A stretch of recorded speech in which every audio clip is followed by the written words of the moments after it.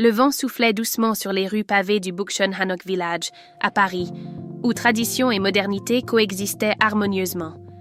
C'était une fin d'après-midi, et le soleil teignait les toits des maisons traditionnelles, les Hanok, d'une teinte dorée, brillant comme des souvenirs d'un passé intact.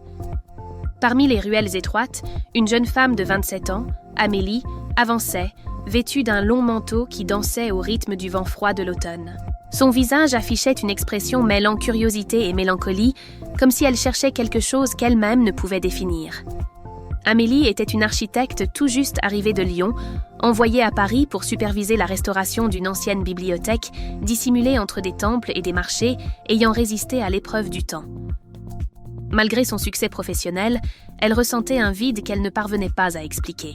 Sa vie était remplie de projets, de plans et de tableaux, mais au fond d'elle, un désir silencieux d'autre chose brûlait intensément. En arrivant devant la bibliothèque, son cœur s'accéléra. La façade, majestueuse mais marquée par le temps, semblait chargée d'histoire. Les fenêtres en bois sculpté ressemblaient à des yeux qui observaient les passants, tandis que les lanternes traditionnelles, les Cheongsa Chorong, éclairaient faiblement l'entrée. L'enseigne usée portait le nom Bibliothèque Hwagyong, un nom poétique signifiant paysage en fleurs. Poussant la vieille porte, Amélie sentit l'odeur familière du papier ancien, mêlée à un léger parfum d'encens qui semblait s'être imprégné entre les rayonnages au fil des décennies. La lumière tamisée des lanternes projetait des ombres dansantes sur les étagères formant un labyrinthe sans fin. Ses pas résonnèrent sur le bois ancien, et elle se demanda quel secret ce lieu pouvait bien abriter. « Bonjour ? Quelqu'un ici ?» Sa voix était plus faible qu'elle ne l'aurait voulu, comme si elle ne voulait pas troubler le silence solennel. Personne ne répondit. Amélie marcha entre les rangées de livres. Les étagères étaient si hautes qu'elles semblaient toucher le plafond. Et de petits détails, comme des reliures en cuir et des calligraphies anciennes, indiquaient que de nombreux volumes étaient des trésors rares. Un endroit comme celui-ci était bien plus qu'une bibliothèque. C'était un sanctuaire. Elle s'arrêta devant une petite table où une lampe en papier éclairait doucement un livre ouvert. Les mots, écrits en ancien français, étaient en presque poétique. Entre la nuit et le désir, trouvez ce que l'âme cherche. « Vous êtes perdu ?» Une voix masculine résonna doucement, rompant le silence. Amélie se retourna brusquement, surprise. À quelques mètres d'elle, un homme grand était appuyé contre une des étagères, l'observant. Sa présence était presque spectrale, surgissant sans qu'elle ne l'ait remarqué. Il portait un long manteau sombre, traditionnel et élégant, contrastant avec son allure moderne. Ses traits étaient marqués, et ses yeux profonds semblaient receler leurs propres secrets. « Je n'ai pas eu peur », répliqua Amélie en mentant, en replaçant une mèche de cheveux derrière son oreille. « Je suis Amélie. Je suis venue analyser la structure de la bibliothèque. Et vous, qui êtes-vous » L'homme esquissa un léger sourire, mêlant mystère et charme. « Mon nom est Olivier. Je m'occupe de cet endroit. Ou peut-être que c'est lui qui s'occupe de moi. » Amélie haussa un sourcil. « Je vois. Vous êtes le bibliothécaire ?» « Disons cela, » répondit-il en avançant de quelques pas vers elle, rendant l'air plus lourd autour d'eux. Ce n'est pas courant d'avoir des visiteurs ici, surtout à la nuit tombée. La bibliothèque renferme des choses que beaucoup préfèrent oublier. « Quel genre de choses ?» demanda-t-elle en croisant les bras, son ton ferme, bien que sa curiosité brillât dans ses yeux. Olivier ne répondit pas immédiatement.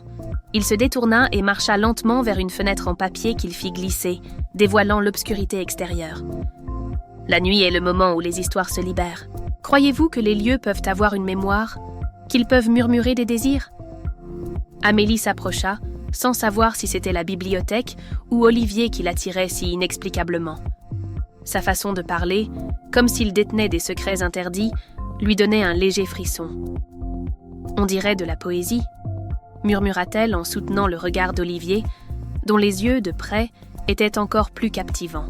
« Mais je suis ici pour travailler. »« Et qu'espérez-vous trouver ici, Amélie ?» Le silence qui suivit semblait plus lourd que la nuit elle-même. Amélie sentit un frisson, non pas à cause du froid, mais de la présence d'Olivier et de l'atmosphère qui les enveloppait. Il était assez proche pour qu'elle perçoive l'odeur de bois et d'encens imprégnée dans ses vêtements. « Vous posez beaucoup de questions, Olivier », répondit Amélie avec un sourire défiant. Peut-être devrais-je vous demander, qu'attendez-vous de moi ?» Olivier inclina légèrement la tête, un sourire énigmatique aux lèvres, mais il ne répondit pas. À la place, il effleura doucement l'une des étagères et un livre sembla glisser tout seul, tombant sur la table. Les yeux d'Amélie s'écarquillèrent. « La bibliothèque a choisi quelque chose pour vous », murmura Olivier. Amélie ouvrit le livre avec des doigts tremblants. Les mots, encore une fois en ancien français, formaient des vers qui semblaient résonner dans son esprit. « Sous l'obscurité, entre les désirs les plus profonds, tu te trouveras. » Son cœur s'accéléra. Quelque chose en elle, ou dans ce lieu, éveillait une sensation dangereuse. « Je dois partir », dit soudainement Amélie, refermant le livre. « Je reviendrai demain. » Olivier ne tenta pas de la retenir. Il l'observa simplement, alors qu'elle se dirigeait vers la porte. Ses yeux la suivaient, et Amélie avait la sensation qu'il lui disait quelque chose, sans même parler. Quelque chose qu'elle ne comprenait pas encore. Lorsqu'elle sortit de la bibliothèque, le vent froid lui parut comme une bouffée de réalité. Amélie se serra dans ses bras, tentant de se convaincre que tout cela n'était que des impressions causées par l'atmosphère du lieu. Mais au fond, elle savait qu'il y avait quelque chose de plus. Quelque chose qui la pousserait à revenir. Cette nuit-là, allongée dans sa chambre minimaliste, les yeux d'Olivier et les mots du livre ne quittèrent pas son esprit. Son corps, inexplicablement chaud, contrastait avec le froid extérieur. Elle passa une main sur son visage, frustrée. Qu'avait donc ce lieu de si puissant ? Pourquoi une simple rencontre l'avait-elle autant troublée ? La bibliothèque, pensa Amélie, était bien plus qu'un bâtiment. C'était un mystère. Et Olivier en était la clé. Un désir profond naquit en elle. Un désir qui la faisait attendre avec impatience la nuit suivante, où, entre livre et ombre, elle trouverait peut-être des réponses, ou encore plus de questions. La nuit suivante, Amélie retourna à la bibliothèque. Cette fois, l'atmosphère semblait différente, comme si le lieu même l'attendait. Olivier était là, dans la même posture, comme s'il n'était jamais parti. Ses yeux brillèrent en la voyant. « Vous êtes revenu ?»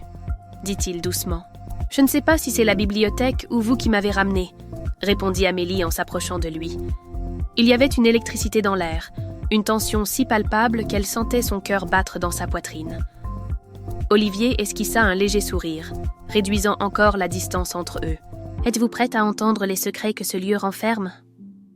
Amélie hocha la tête, sentant le monde autour d'elle s'effacer, ne laissant qu'Olivier, les livres et le désir grandissant qui brûlait en elle.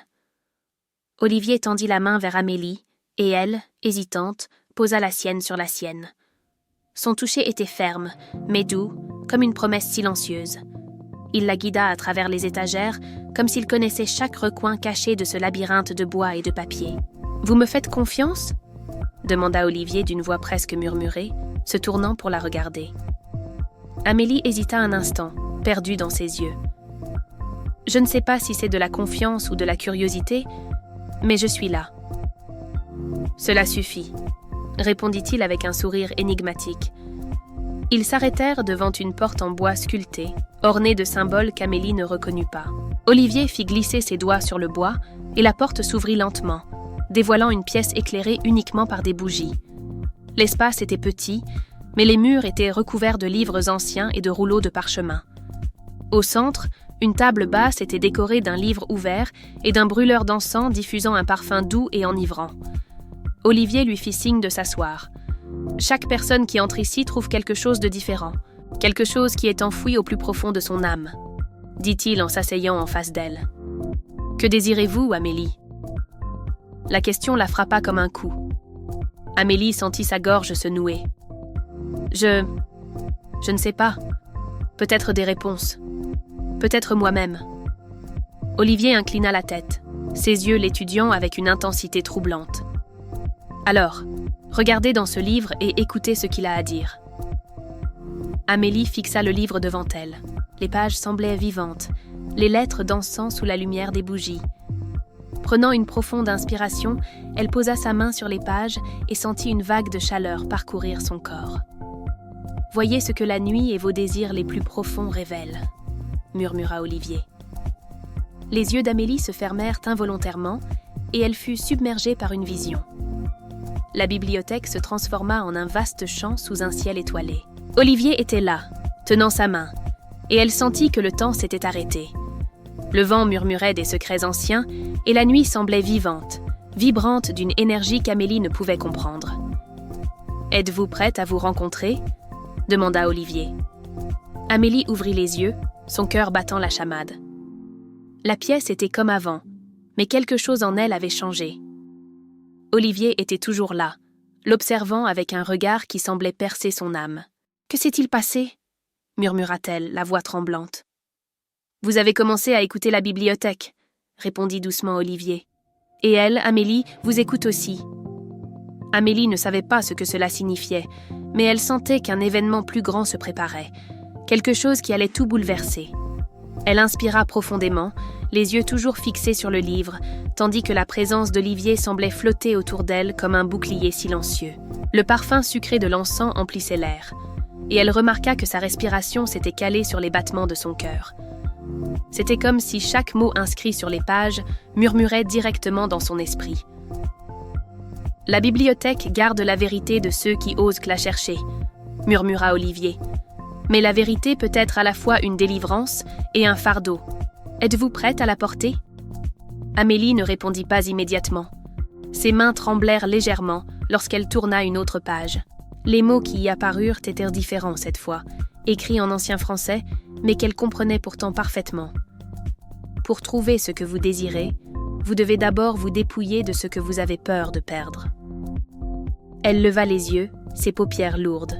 « Pourquoi moi ? Pourquoi cet endroit m'a-t-il choisi ?» Olivier esquissa un sourire énigmatique et s'approcha un peu plus. Ses doigts effleurèrent le dos de la main d'Amélie, un contact aussi léger qu'un souffle, mais suffisant pour contracter chaque fibre de son corps. « Peut-être avez-vous toujours appartenu à cet endroit, Amélie. Et lui, à vous. » L'intensité de ce moment, de ce regard, lui fit perdre la notion du temps. C'était comme si la bibliothèque elle-même pulsait autour d'eux, les enveloppant dans une bulle où ils étaient les seuls à exister. Olivier se pencha légèrement, son visage si proche qu'Amélie pouvait sentir la chaleur de son souffle sur sa peau. Ses yeux, profonds comme un océan, semblaient chercher des réponses qu'elle-même ne possédait pas. Il y avait entre eux un magnétisme inexplicable, un lien silencieux qu'aucun mot ne pouvait décrire. « Avez-vous peur de ce que vous pourriez trouver ?» demanda-t-il d'une voix basse et rauque. « Oui, » répondit Amélie, son corps s'inclinant inconsciemment vers lui. « Mais peut-être que c'est la bonne peur. » Olivier sourit doucement avant de murmurer à son oreille « Parfois, c'est la peur qui nous libère. » Le cœur d'Amélie battait violemment dans sa poitrine. Ses mains étaient froides, mais le reste de son corps semblait en flammes. Pendant un instant, le monde sembla suspendu, et elle sentit le sol disparaître sous ses pieds. Olivier ne bougea pas davantage, mais sa proximité suffisait à alourdir l'instant d'une intensité inédite. « Et maintenant ?» murmura-t-elle, sa voix presque inaudible. Olivier posa doucement son front contre le sien, les yeux fermés, comme s'ils partageaient le même souffle, le même moment. « Maintenant, vous écoutez. » Amélie ferma à nouveau les yeux, et les murmures de la bibliothèque enveloppèrent son esprit comme un cœur lointain, lui révélant des secrets enfouis et des désirs qu'elle n'osait avouer, même à elle-même.